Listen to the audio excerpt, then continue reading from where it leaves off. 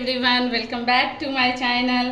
Friends, आज मैं आप लोगों के साथ चने की दाल से बनने वाली एक सब्जी की रेसिपी शेयर करने वाली हूं, जो बहुत टेस्टी बनती है। तो चलिए हम अपनी रेसिपी को बनाना स्टार्ट करते हैं। इसके लिए मैंने ये 2 कटोरी चने की दाल को अच्छी तरह से सोक कर रखा था। ये अच्छी तरह से फूल गई है।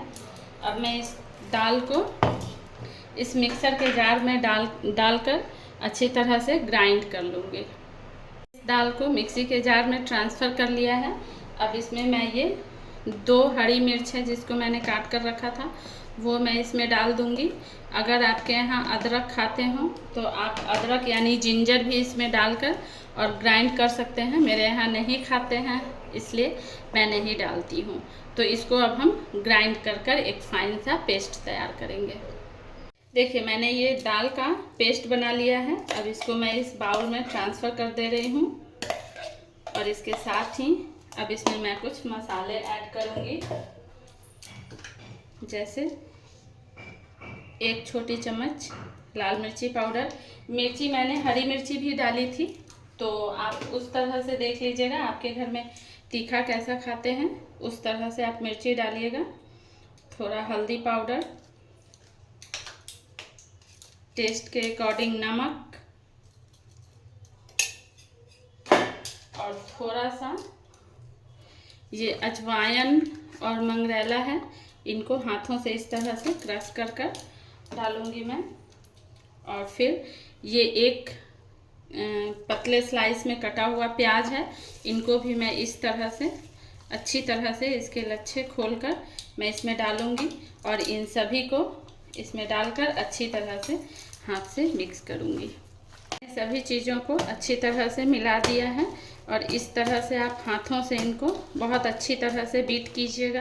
इस तरह से करने से है कि ये पकौड़े बहुत ही फूले फूले बनेंगे और बहुत सॉफ्ट बनेंगे। अगर आप ऐसे ही इनको तलने के लिए डाल देंगे तो फिर ये हार्ड हो जाएंगे और फिर खाने में अच्छे नहीं लगेंगे। इस तरह से इनको हाथों से अच्छी तरह से फेंटिएगा, तभी इनके पकौड़े हल्के बन पाएंगे।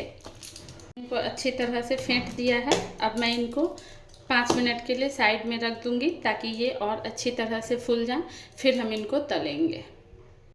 5 मिनट हो गए हैं, ये दाल अब अच्छी तरह से फूल गए हैं। इधर मैंने गैस की फ्लेम को ऑन कर लिया है, तेल भी अब गर्म हो गया है। अब इनमें मैं पकौड़े डालूंगी। इस तरह से मैं इसमें सारे पकौड़े डालूंगी और तलकर इनको निकाल लूँगी। देखिए, मैंने इन पकौड़ों को अच्छी तरह से फ्राई कर निकाल लिया है। देखिए ये कितने सॉफ्ट बने हैं। चलिए, अब ये पकौड़े हमारे बन गए हैं, इनको साइड में रखते हैं और जब तक हम लोग चलते हैं कढ़ाई में, जब तक प्याज वगैरह भूनते हैं। मैंने सेम कढ़ाई में ये थोड़ा सा जीरा डाला है, इसके साथ ही मैं ये 2 प्याज डालूंगी और इनको भूनूंगी, गोल्डन होने तक इनको भूनूंगी। प्याज अब थोड़े से सॉफ्ट हो गए हैं। अब इनमें मैं ये 1 मीडियम साइज़ का टमाटर है जिनको मैंने काट कर रखा था, इसको भी मैं इसमें डाल दूंगी और ये इन दोनों को एक साथ में भूनूंगी जब तक कि ये पूरी तरह से सॉफ्ट नहीं हो जाए। जब तक वो हमारे प्याज भून रहे हैं तब तक चलिए हम एक मसाला तैयार कर लेते हैं।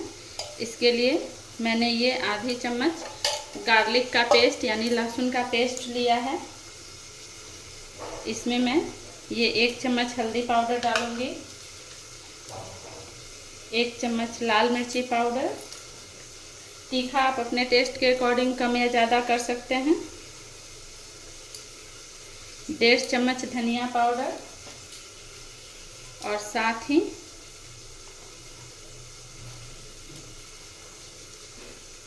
ये 2 चम्मच जीरा पाउडर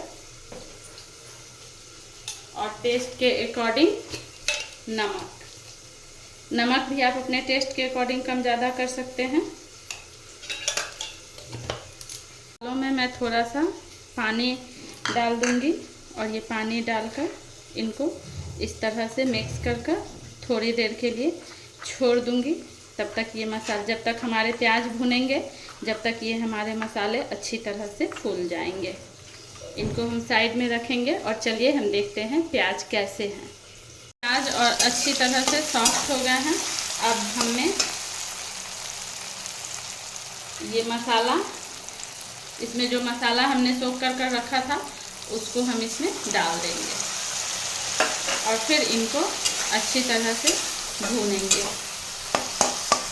ये हमारे मसाले अब पूरी तरह से भून चुके हैं। अब मैं इनमें पानी डालूंगी।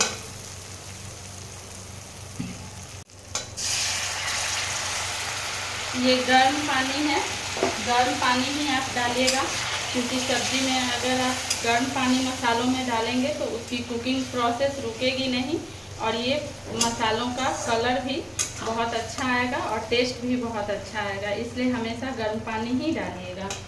ये मैंने इसमें पानी डाल दिया है।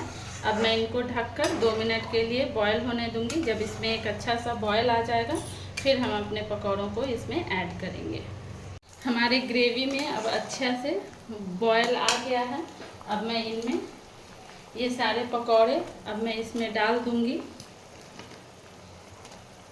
ये सारे पकौड़े इस ग्रेवी में डाल दिया है। अब इनको मीडियम फ्लेम पे 5 मिनट और बॉयल होने दूंगी, अच्छी तरह से पकने दूंगी, ताकि ये पकौड़े अच्छी तरह से ग्रेवी को ऑब्जर्व कर लें और भी सॉफ्ट हो जाएं। तो थोड़ी देर हम इनको पकने देते हैं। ये हमारी चने दाल के पकौड़ों की सब्ज़ी बनकर अब तैयार हो चुकी है। अब मैं इसमें थोड़ा गरम मसाला डालूंगी और इसके साथ ही ये हरी धनिया की पत्तियां डालूंगी और मैं गैस की फ्लेम को ऑफ कर दूंगी। अब मैं आपको ये सब्ज़ी सर्व कर दिखाती हूँ।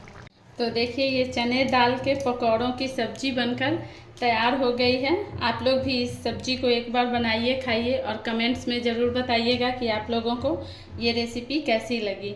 और आप लोग इसी तरह की नई नई रेसिपीज़ देखना चाहते हैं तो मेरे चैनल को लाइक कीजिए, सब्सक्राइब कीजिए और फेसबुक पर भी मेरी आईडी को फॉलो कीजिए और इसी तरह की नई नई वीडियोज़ देखते रहिए। तो मिलते हैं एक नई वीडियो के साथ, तब तक के लिए बाय बाय।